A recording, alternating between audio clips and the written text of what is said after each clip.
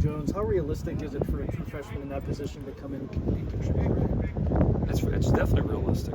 I mean, I think he's not a guy obviously that was here early, but that's definitely not a prerequisite. It helps, but there's certainly plenty of examples of guys that come in and are able to contribute. And I think all of our young defensive linemen coming in, again, you're talking about this. I know we've talked about it at length, but this massive change in terms of how we play, the body types, styles, all that. It's not like we've been recruiting or building to that necessarily for a bunch of years stacked up. So yeah, I think him coming in, all of our young guys are going to have a chance to come contribute. Now, with that being said, our returners, our guys that were here in the spring, made some massive gains.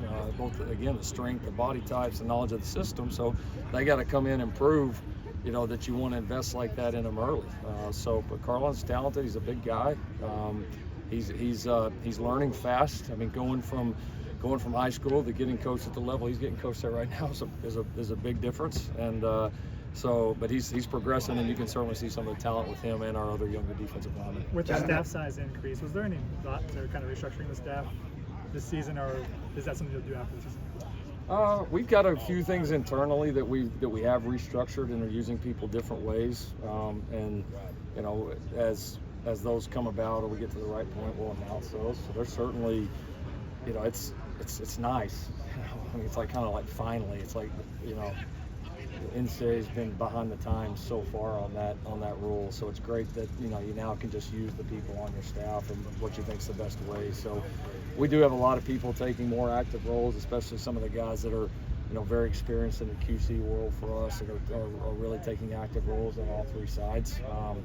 We will have a few title changes and some shifts that will happen, some before the season, some after. But yeah, it already feels a lot different in the way that we're using our staff personally. So definitely a special teams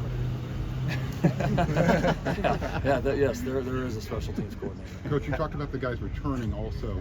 Where's Kobe Pepe right now compared to where he's been in the past? Done great. He and I were actually talking last night from, when we got here in the beginning, I didn't know if he was going to make it, to be honest. I just didn't know if he was going to be the ones that were here that were going to survive or that were going to kind of just float away. And he's done a great job, man. I mean, he was easily the most out-of-shape player on this roster. Some of it his doing, some of it the injuries he faced before we got here. But, I mean, he's just totally changed his body. And he's put himself in a position where he can contribute, and certainly this system defensively fits a guy like him a lot more than what we were doing in the past. So I think he realizes that, and sees that window of opportunity, and he's got some real size and mass in there that certainly you feel like he's going to have the opportunity to have a role. But yeah, proud of, from the guys that were here when we first started, which there's not many now left. It's starting to be fewer and fewer. He's one of the ones that I'm most proud of from where he was to where he was a couple of years ago to now. How do you size up the right guard situation? What has Amos done this spring to kind of get more on the radar there? Yeah, it's still, that's one of the biggest position battles right now, no question. I mean, we're trying to look at a lot of guys. We're going to look at Amos, we're going to look at Alani, we're going to look at Gino there. Mike Emanuelos is really starting to make a move right now. He's healthy for the first time in a while. He came in with an injury, and we were able to practice him some last year, but we knew eventually we were going to have to get it fixed. And so we pulled the plug on that towards the end of last season so that he would be ready. And it's been fun to see him dive in as well. So I think he certainly got a chance to factor in. Yeah, Amos has worked hard to get himself in shape. He's a smart player. He's a very talented player.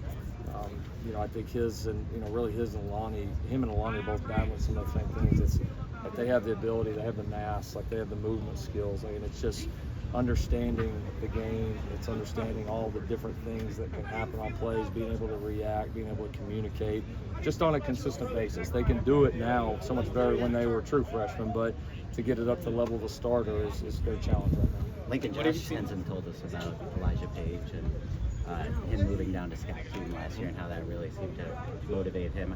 How did you see that situation play out? What was the impetus initially to move him down? Yeah, he was kind of close there of whether we keep him and maybe he's a backup or kind of not necessarily wasn't really competing right to be in the rotation in the beginning, but is a guy you travel or do you keep him with you or not?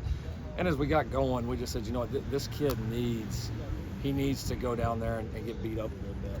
I mean, does. He needs to go against really good players every day. He needs to be in a little bit of a war every single day. He's got to get tougher. He's got to get more physical. He's got to really learn to compete consistently. And what happened is, I mean, the kid really invested in the offseason with Coach Riley. He was incredibly dedicated. He knew coming in that he was weak and was going to need to put on mass and strength, and he did that. His confidence rose because of that.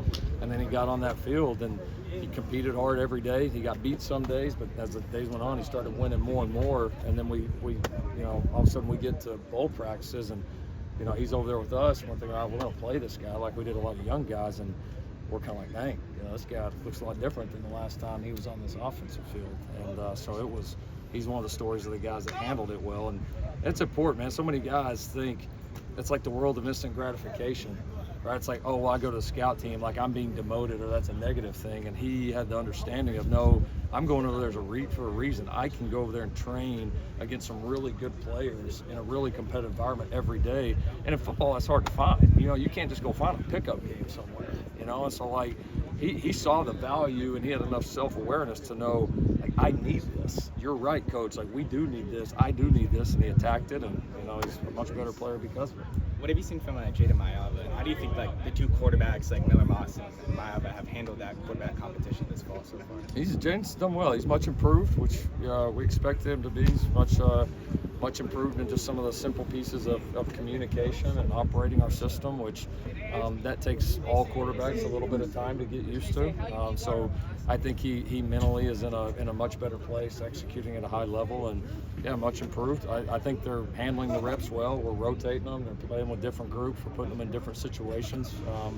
Both have done a really good job so far, and certainly going to be a fun competition to watch unfold. Potentially going from, you know, Caleb to Miller, quarterback, knowing Miller's strengths in terms of playing on time, on schedule, does the way that you kind of run your offense or structure your offense change, you know, with him and his quarterback as opposed to how Caleb has run the last 2 years? Yeah, it will. I mean, there's always, I think, some core things that you do and believe in that we probably won't change a whole lot regardless of who's there. Then there's certainly, you know, us doing our job to put our players in the best position we can. And so, yeah, I mean, I think, you know, will we do every single thing we've done the previous few years? Probably not. But it's not like it's going to be just like a brand new offense that nobody's seen either. So, you know, there's some give and take there, but it's fun to have some new skill sets in the room and guys that play it different. And it's not just the plays you run. It's you know, kind of how you coach these guys, kind of what you build around them, and again trying to put these guys in a position where their confidence is really high, because it's probably more important at that position than anything. Thank you, Coach Riley.